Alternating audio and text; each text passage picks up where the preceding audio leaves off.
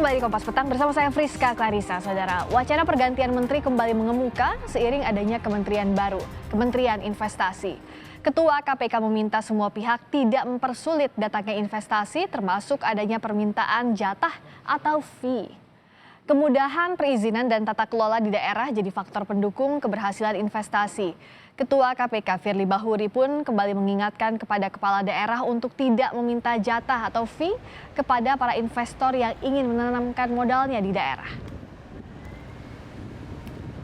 Ada investasi. Tolong saya sampaikan kepada gubernur untuk investasi jangan dipersulit. Jangan meminta fee. Buka investasi selebar-lebarnya, karena kalau itu dibuka, maka akan ada lapangan pekerjaan. Maka akan menimbulkan aktivitas ekonomi. Sehingga banyak orang bekerja, banyak yang dapat penghasilan, maka tentulah akan meningkatkan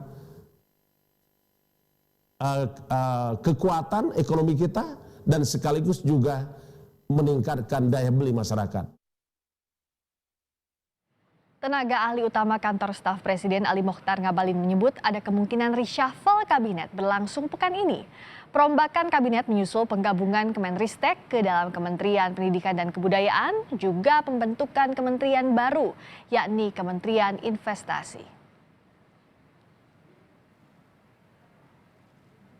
Kementerian Riset dan Teknologi ke Kementerian Pendidikan dan Kebudayaan dan pembentukan Kementerian Investasi.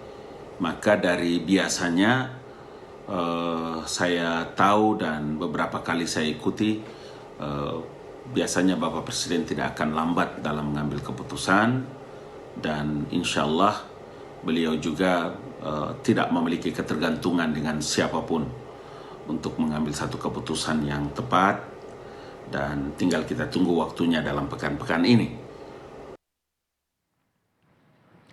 Sementara itu, kelompok sukarelawan Jokowi Mania, Joman, mengaku sudah mengantongi sejumlah nama yang akan diganti. Joman menilai ada 5 menteri yang secepatnya harus diganti. Ketua Joman, Immanuel Ebenezer, menegaskan bahwa reshuffle kabinet adalah solusi dari percepatan kebijakan pro rakyat.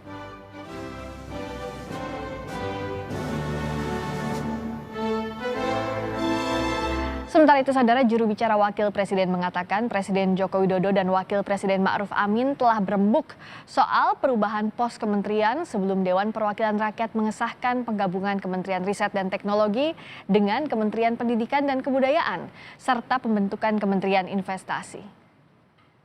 Wakil Presiden sudah rembukan lah, pasti diajak rembukan oleh Presiden, tapi saya pembicaraan yang lebih spesifik ya, antara Presiden dan Wakil Presiden, dan tentu saja nanti setelah semuanya bisa selesai, clear semuanya, baru mungkin dibicarakan.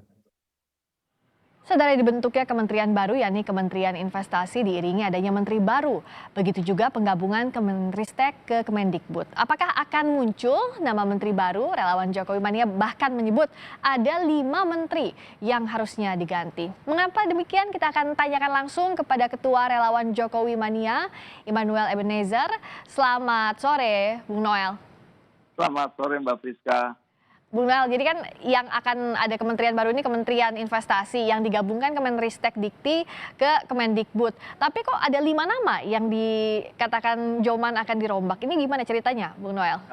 Kalau kita sebetulnya hanya coba mengkritisi ada beberapa dari kementerian hari ini yang secara kinerja menurut kami di luar ekspektasi kita sebagai masyarakat. Karena kita lihat dari sebetulnya bukan 5 sampai 7, tapi yang nggak apa-apa lah, anggapnya 5 lah. Dari 5 ini kita lihat Pratikno, kemudian M. Lutfi, Sofyan Jalil, kemudian juga ada Joni Plate, juga begitu juga ada Yassin Limpo. Dari kelima ini kita lihat mereka punya track record yang cukup layak untuk diganti. Misalnya karena apa? ada beberapa pertimbangan menurut kita, misalnya Pak Pratikno 3 kali melakukan kecerobohan berkaitan dengan data-data yang disampaikan beliau ke Presiden. Salah satunya adalah soal Omnibus Law. Beliau menyampaikan secara gamblang persoalan pasal-pasal yang salah itu dianggap itu persoalan salah ketik. Itu kan secara moral dan akademik itu kan cara yang memalukan. Kedua, persoalan Perpres Miras. Perpres Miras juga bisa lolos, Pak. Ini bahaya juga Presiden sampai di framing seakan-akan Presiden pro terhadap miras. Ketiga, soal vlog Presiden berkaitan dengan miras, bukan miras, impor beras. Nah, impor beras ini ternyata data yang kita terima dan media sampaikan berkali-kali di beberapa media, ternyata selama 3 tahun impor beras itu ada. Itu 2018, 2019, dan 2020. 2018 itu ada sekitar 2 juta sekian ton impor beras, dan 2019 itu ada kurang lebih 900 sekian ton, dan 2010 itu ada 400 sekian ton. Dan ini menurut saya bahaya, karena ini data-data yang berkaitan yang disampaikan oleh Presiden melalui Pratikno ini kan seakan-akan menjerumuskan Presiden. Karena jangan sampai Presiden dianggap tukang bohong. Kita sebagai pendukung Presiden kan ini khawatir sekali kalau Presiden ini dilaporkan sebagai pemimpin yang melakukan kebohongan publik. Pertama itu. Kedua, soal M. Lutfi. M. Lutfi ini berkaitan dengan impor beras. Ini impor beras ini akhirnya membuat petani itu sangat resah. Karena di mata petani, apapun yang berbunyi impor beras itu akan membuat mereka resah. Dan ini teror buat petani. Dan dampak dari pernyataan M. Lutfi ini, harga gabah anjlok-anjloknya. Kemudian juga Sofyan Jalil. Sampai detik ini mafia tanah itu maraknya minta ampun. Kita lihat beberapa pernyataan Presiden berkaitan mafia tanah. Saya nggak tahu apakah Sofyan Jalil ini merespon dengan baik. Yang kita takut, yang kita khawatirkan, ada dugaan para mafia tanah ini bekerja sama dengan para pejabat-pejabat di dalam kementerian itu sendiri. Itu. Dan ketiga, soal Kementerian Joni Plate. Joni Plate juga kita lihat semenjak dia jadi Menteri Menko Info, tidak ada satupun berita-berita berkaitan radikalisme dan kelompok-kelompok pembenci kekuasaan atau pembenci pemerintah itu diblokir. Kita lihat bom bunuh diri yang di Makassar, mereka ternyata belajar dari media sosial. Artinya tugas Joni Plate ini kemana? Itu. Dan terakhir soal Yassin Limpo. Yassin Limpo ini persoalan langkanya pupuk di petani, pupuk subsidi. Nah, ini kan bahaya sekali. Ini kan berkaitan dengan regulasi yang ada di Kementerian Pertanian itu sendiri. Jadi menurut kami sampai detik ini ya 5 sampai 7 menteri, tambah lagi 1 lagi menteri PDT.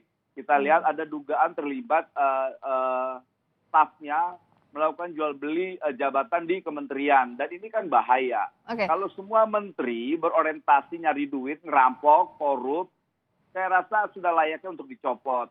Bung Noel. Apalagi mereka kalau tidak lagi mampu menerjemahkan visi misi Presiden itu sendiri. Gitu Mbak Rizka. Anda berani menyebut 6 nama, bahkan tadi yang dianggap Joman layak untuk di reshuffle. Nah, tapi kritik-kritik Joman ini apakah sudah disampaikan sebelumnya ke orang lingkaran dalam istana? Terkait tadi ada sejumlah kritik yang disampaikan oleh Joman terkait dengan kinerja para menteri tadi. Ya, gini, persoalan kritik kita menunjukkan bahwa kita pendukung Presiden tidak akan pernah lalai membiarkan para pembantu-pembantunya menjerumuskan Presiden yang kita pilih secara demokratis. Artinya kita relawan Jokowi atau pendukung Jokowi hanya tegak lurus pada Presiden Jokowi itu sendiri. Kita bukan pendukung menteri, kita bukan pendukung pembantu, kita pendukung Presiden. Itu sekali lagi kita tegaskan. Tapi tadi soal kritik-kritik yang disampaikan terhadap pembantu Presiden ini sebenarnya Joman seperti apa untuk memberikan masukan? Tentu tadi kan Joman mendukung Presidennya, tapi kan tidak terlepas dari kinerja para pembantu Presiden atau para menterinya, Bung Noel. Ya, kita berkali-kali memang sudah menyampaikan persoalan kinerja kementerian, karena kan kita juga punya pertemuan beberapa bulan sekali dengan Presiden. Dulu pernah kita juga sampaikan persoalan Kementerian Sosial, dan itu di Kompas jam 5 sore seperti ini juga. Kita nyampaikan begitu gelisahnya masyarakat persoalan bantuan sosial. Akhirnya Menteri Sosial itu kita lihat ditangkap ya, bukan dicopot. Nah, hari ini kita juga sudah menyampaikan juga, artinya ya Presiden kan orangnya tidak